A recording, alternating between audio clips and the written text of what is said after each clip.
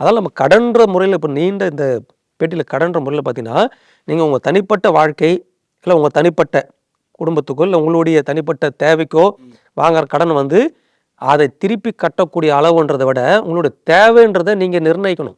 எல்லாமே தான் தேவை. எது பிரையாரிட்டின்னு பார்த்து எல்லாமே தான் தேவை. வீடா? கண்டிப்பா தேவை. காரா? இன்னைக்கு இருக்கிற காலத்துல கார்லாம் வந்து மலிவாவே கிடைக்கிற அளவுக்கு ஆயிடுச்சு. மலிவுனா நம்ம செகண்ட் ஹேண்ட்ல கூட நீங்க வாங்கிக்கலாம். 2 வீலர் இல்லாத வீடு கிடையாது. கிரெடிட் கார்டு வைக்காத நபர் கிடையாது. தனிநபர் கடன் யார்கிட்ட தான் இல்ல? எல்லாருமே இருக்குது. அப்ப இது எல்லாமே தேவைக்குள்ள வருமானா, அவங்க வாங்குறவங்க தேவைன்னு நினைச்சுப்பாங்க. அப்படி கிடையாது. உங்களுடைய அத்தியாவசிய தேவை எதுன்னு பார்க்கணும். அத்தியாவசிய தேவை என்ன? வீடு தேவைதான். அத்தியாவசிய தேவை கிடையாது. ஒரு வீடு வாங்கணும்னு தேவை தான். அத்தியாவசிய தேவையில வருமானா, அத்தியாவசிய தேவை இம்மீடியட் கிடையாது. ஒரு வாடகைக்கு போனா கூட இருந்துக்கலாம். அப்ப நீங்க அது அத்தியாவசிய தேவைக்குள்ள வீட வச்சுக்கூடாது. தேவைன்ற இடத்துல மட்டும் தான் இருக்கணும். தேவை. அப்ப அது இம்மீடியட்டா அதுக்குள்ள நம்ம போக வேண்டாம். அப்ப அத்தியாவசிய தேவை என்ன வருது? குழந்தைங்களோட படிப்பு தான். மருத்துவம் அது விட்டுருங்க. அது வேற ஒண்ணும் பண்ண முடியாது. மருத்துவம்.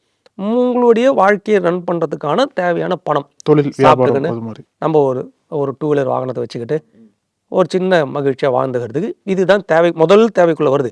இதுக்கு உங்களால உங்களுடைய வருமானம் பார்த்தீங்கன்னா, கொஞ்சம் கொஞ்சம் கடனை வாங்கி கொஞ்சம் மேனேஜ் பண்ணிக்கின்னு, இதுக்குள்ள அமைச்சுக்கிறது பரவாயில்ல. அதுக்குள்ளவே அந்த கடன்ற அளவு வந்து மேக்ஸிமம் இந்த அத்தியாவசிய இந்த வீட்டு தேவையோட கடன் அளவு எப்பவுமே குறைக்கணுங்க. நீங்க வியாபார கடன் கூட பரவாயில்ல. ஏன்னா வியாபாரம் ஆகும்போது ஒரு பணம் உள்ள வரப்போகுது. இந்த வீட்டு தேவை கடன் பணம் வந்து பணம் உள்ள வராது திரும்பிலாம்.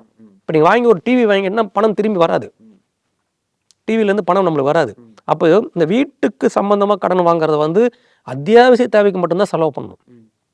தேவைக்குள்ள செலவே பண்ணக்கூடாது. உங்களுடைய வருமானத்தையும் இல்லை உங்களுடைய வாழ்க்கை முறையை நீங்கள் உயர்த்துற வரைக்கும் இந்த கடன் அளவை நீங்கள் ஒரு மீடியமாக தான் வச்சுக்கணும். வியாபாரம் போது அப்படி கிடையாது. நீங்கள் இன்னொரு பிளான்ட் போட்டாவோ இல்லை ஒரு கடையை இன்னொரு பிரான்ச் ஓப்பன் பண்ணாவோ அப்போ பணம் தேவைப்படுது. அப்போ நீங்கள் அந்த இடத்துல கொஞ்சம் ரிஸ்க் எடுக்கலாம். ஏன்னா அங்கே பணம் போட்டால் திரும்பி வரும். அப்போ நீங்கள் அந்த ரிஸ்க் எடுக்கலாம். அங்கே வந்து உங்கள் கடன் முறையில் உங்களுடைய திறமை, அதை பண்ணக்கூடிய லெவலுக்கு அதில் அனுபவம், அதை வச்சு நீங்கள் கடன் அளவை வந்து நிர்ணயிச்சுக்கலாம். இங்கே நீங்கள் நிர்ணயிக்கக்கூடாது. அத்தியாவசிய தேவைக்காக தான் வீட்டில் நிர்ணயிக்கணும். நீங்கள் அதுலேருந்து டிவைட் ஆகிட்டு உங்களுடைய திறமை, அனுபவம், அதை வச்சு என்னால் இவ்வளோ வியாபாரம் பண்ண முடியும்னு வச்சு நீங்கள் அந்த கடன் அளவை இன்க்ரீஸ் பண்ணலாம். இது சமமாக போயிடுவாங்க. இந்த கடன்லேருந்து மாறி அவங்க எப்போ அந்த கந்து வட்டிக்கு போகிறான்னு நம்ம நீண்ட பார்த்தோம். கந்து வட்டிக்குள்ளே போகிறான்னு. இந்த கந்து வட்டியிலிருந்து கடனே வாங்காத ஒரு கடன் முறைக்குள்ளே போகிறாங்க அவங்க. இவங்க காசை கட்டிட்டு இந்த 2 கடனை ஒருத்தர் யார் வந்து கூட இருக்கிற அந்த உறவினரோ குடும்பத்தில் இருக்கிறவங்களோ இதுக்குள்ளே போகிறதுக்கு முன்னாடியே தடுக்க முடிஞ்சால் தடுக்கணும். இல்லை உங்களை மீறி அவங்க போகிறாங்கன்னா ஒன்றும் பண்ண முடியாது. அந்த கடன் தான் அவங்கள நிறுத்தும். அவங்களே நினச்சா கூட நிறுத்த முடியாது.